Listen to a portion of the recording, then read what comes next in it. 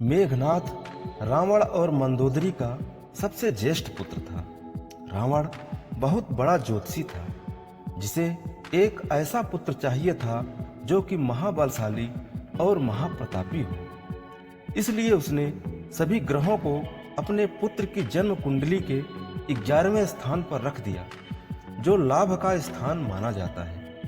परंतु रावण की प्रवृत्ति से परिचित शनिदेव ने 11वें स्थान से 12वें स्थान पर इन ग्रहों को रख दिया, जो हानि का स्थान माना जाता है। इससे हुआ यह कि रावण को मन वांछित पुत्र नहीं प्राप्त हो सका। इस बात से क्रोधित रावण ने शनिदेव पर पैर से प्रहार किया था।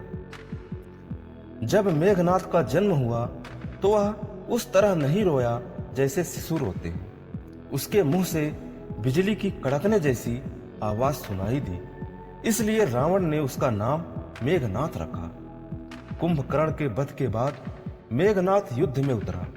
पहले दिन के युद्ध में उसने सुग्रीव की पूरी सेना को हिला डाला।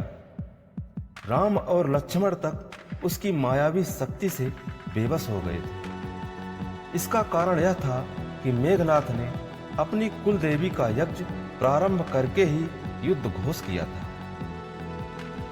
जिसके प्रभाव से उसका रथ अदृश्य हो जाता था। मौका पाकर उसने राम और लक्ष्मण पर नागपाश का प्रयोग किया और दोनों को मूर्छित कर दिया। नागपाश से मूर्छित व्यक्ति अगले दिन का सूरज नहीं देख सकता था। तब हनुमान जी तुरंत गरुड़ के पास गए और उन्हें लेकर आए। गरुड़ को देख नाग भयभीत हो गए तथा उन्हें राम तथा लक्ष्मण को मुक्त कर दिया। अगले दिन मेघनाथ ने अपनी शक्ति बाण से लक्ष्मण को मूर्छित कर दिया। तब लक्ष्मण के प्राण बचाने के लिए हनुमान जी लंका से सुषेण वैद्य को उठा लाए। वैद्य ने हनुमान को उपाय बताते हुए संजीवनी बूटी लाने के लिए कहा।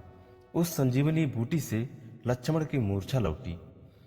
तीसरे दिन विभीषण के कहने पर लक्ष्मण वहां जा पहुंचे जहां मेघनाथ कुलदेवी का यज्ञ करवा रहा था। यज्ञ में कुलदेवी की पूजा करते समय हथियार उठाने की मनाही थी, परंतु फिर भी वहां रखे यज्ञ पात्रों की सहायता से मेघनाथ लक्ष्मण से बचते हुए सकुशल लंका पहुंच गया। चौथे दिन लक्ष्मण ने मेघनाथ का वध कर दिया। मेघनाथ का एक नाम इंद्रजीत भी था। वह इंद्र को जीतकर लंका ले आया था, इसलिए उसका नाम इंद्रजीत पड़ा। मेघनाथ श्री राम और लक्ष्मण को मारना चाहता था। एक युद्ध के दौरान उसने सारे प्रयत्न किए, लेकिन वह सफल नहीं हो सका। इसी युद्ध में लक्ष्मण के घातक बाणों से मेघनाथ मारा गया।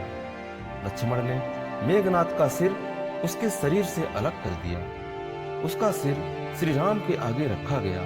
उसे बानर और रीछ देखने लगे। तब श्री राम ने कहा, इसके सिर को संभाल कर रखो।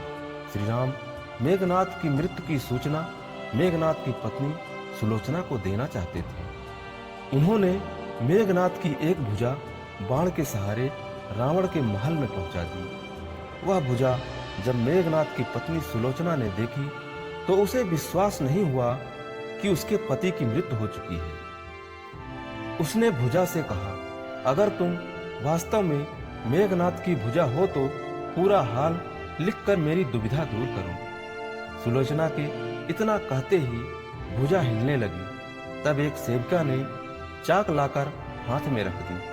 उस कटे हुए हाथ ने आंगन में लक्ष्मण जी की प्रशंसा के शब्द लिख दिए।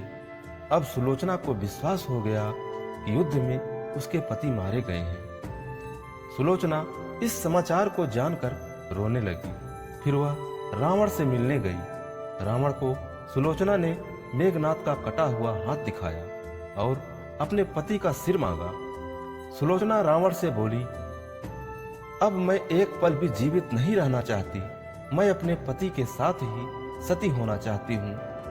तब रावण ने कहा, पुत्री थोड़ी प्रतीक्षा करो, मैं मेघनाथ का सिर शत्रु के सिर के साथ लेकर आता हूँ। लेकिन सुलोचना को रावण की बातों पर विश्वास नहीं हुआ और वह मंदोदरी के पास गई। मंदोदरी ने उससे कहा, तुम राम के पास जाओ, वह बहुत दयालु है। सुलोचना जब राम के पास पहुंची तो विभीषण ने उसका परिचय राम से करवाया। सुलोचना ने राम से कहा, हे राम, मैं आपकी शरण में आई हूँ, आप मेरे पति का सिर लौटा दें ताकि मैं उनके सिर के साथ सती हो सकूं। सुलोचना की दशा देखकर राम दुखी हो गए। उन्होंने कहा, मैं तुम्हारे पति को अभी जीवित कर देता हूँ। इस बीच उसने अपनी सारी आप बीती सुनाई। सुलोचना ने कहा, मैं नहीं चाहती कि मेरे पति जीवित होकर संसार के कष्टों को भोगे। मेरे लिए सौभाग्य की बात है कि आपके दर्शन हो गए, मेरा जन्म सार्थक हो गया। अब जीवित रहने की कोई इच्छा नहीं। राम के कहने पर सुग्रीव मेघनाथ का सिर ले आए, लेकिन उनके मन में यह शंका थी कि मेघनाथ के कटे हाथ ने लक्ष्मण का गुणगान कैसे किया। सुग्रीव ने कहा, मैं सुलोचना की बात को तभी सच मानूंगा जब यह सिर हंसेगा। सुलोचना के सतीत्व की यह बहुत बड़ी परीक्षा थी। उसने कटे हुए सिर से कहा, हे स्वामी, जल्दी हंसिए, नहीं तो आपके हाथ ने जो लिखा है उसे ये सब सत्य नहीं मानेंगे। इतना सुनते ही मेघनाथ का कटा सिर जोर जोर से हंसने लगा। इसके बाद सुलोचना अपने पति का कटा सिर लेकर चली गई। मेघनाथ को केवल लक्ष्मण ही मार सकते थे, क्योंकि मेघनाथ ने इंद्र को मुक्त करने के बदले ब्रह्मा से यह वरदान मांगा था कि उसे वही व्यक्ति मार सके जो 14 साल सोया ना हो, उसने 14 साल तक कुछ खाया ना हो और 14 साल तक स्त्री को न देखा। इन सारी शर्तों को लक्ष्मण जी पूरा करते थे। यही वजह है कि मेघनाथ का वध उनके ही हाथों हुआ। आशा है दोस्तों, ये कहानी आपको जरूर पसंद आई होगी, तो वीडियो को लाइक कर दीजिए और चैनल को सब्सक्राइब कर लीजिए।